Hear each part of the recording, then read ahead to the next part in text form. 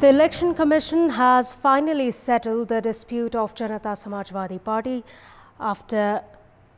Samajwadi Party and granted official status to the Upendra Yadav faction of the party.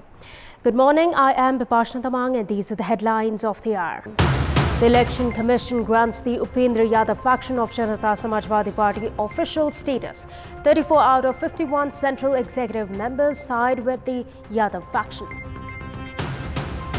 25 people succumbed to coronavirus yesterday. Around 2,400 individuals test positive. The Health Ministry directs concerned units to prepare for a third wave. China accuses the US of oppressing Beijing and urges Washington to remove sanctions and tariffs and high-level talks in the northern eastern port city of Tianjin. And a total of 22 gold medals up for grabs today on the fourth day of the Tokyo Olympics. Nepal's Alex Shah also to compete in swimming today. The Election Commission has handed ownership of Janata Samajwadi Party to the Upendra Yadav faction. The Commission took the decision after verifying the signatures of 51 Central Executive Committee members earlier yesterday. The Election Commission had called the committee members of the party yesterday itself for what it says a head count. With the decision, the Yadav faction received the party name and election symbol as 34 out of 51 members of the Central Executive Committee stood with them during the head count conducted by the Election Commission. Only 16 members backed the Mahanta Thakur faction. Raj Kishore Yadav and Manish Suman, who were previously in the Thakur faction, sided with the Yadav faction, ensuring a majority for the faction.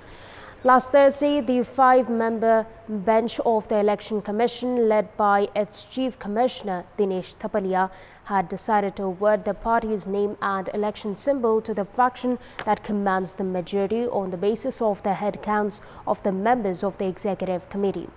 It may be recalled that a day after Thursday's decision, co-party chairman Mahanta Thakur had raised the court demanding for an interim order to scrap the decision.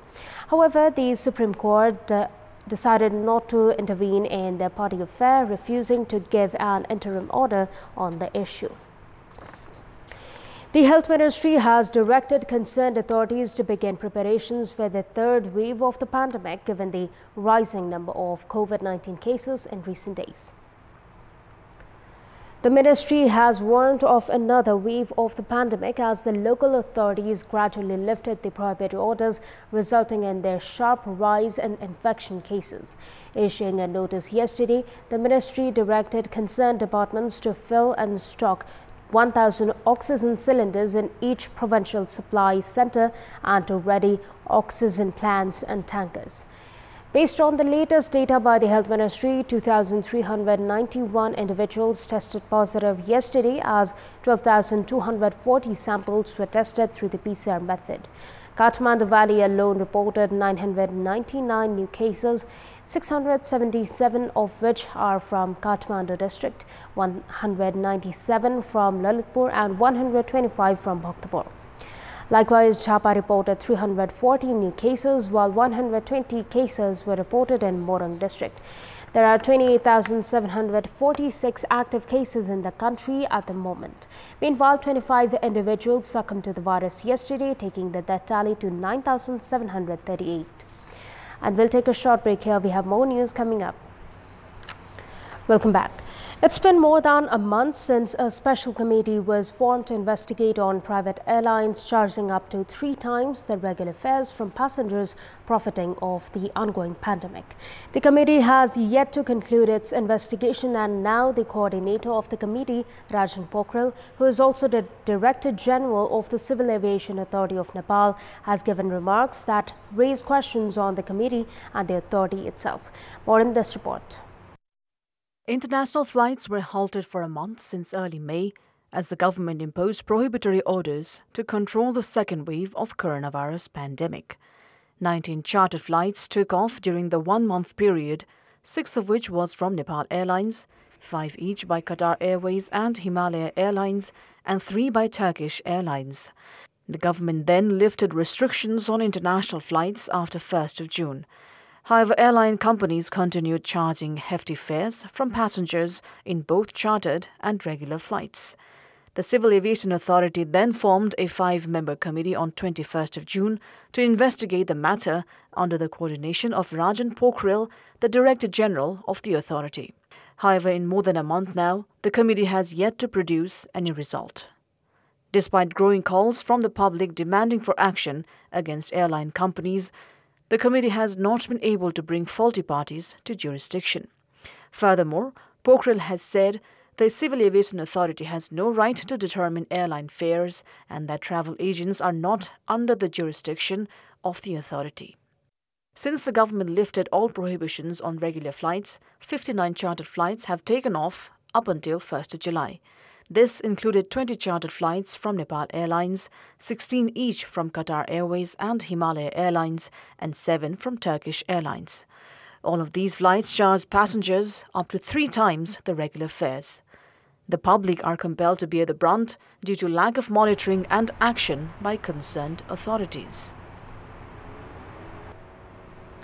In our Public Voice segment, we had asked health volunteers in Palpa how was the experience of over 3 decades in this sector. Let's take a look at what they had to say.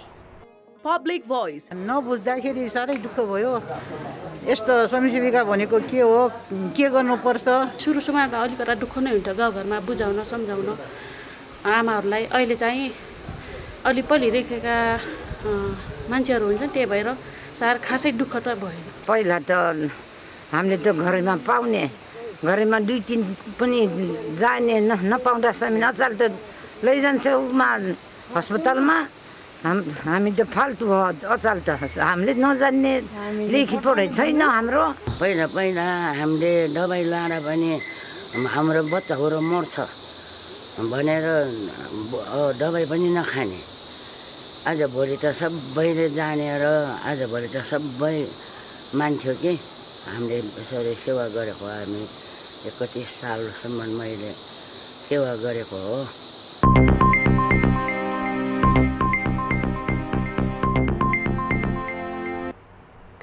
It's time now for our segment Public Polls, where you text us with your opinion.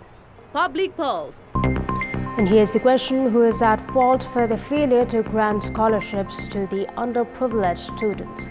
The options are option A, schools, option B, education administration, and option C, political leadership.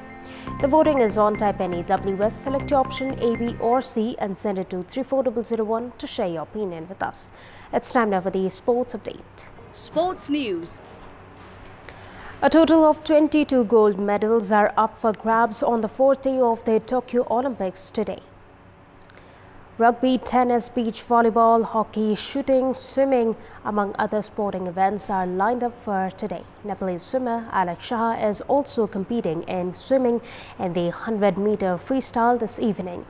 Meanwhile, Nepal's female swimmer Gaurika Singh is scheduled to compete in the 100-meter freestyle tomorrow. Likewise, Saraswati Chaudhary is scheduled to compete in athletics on Friday.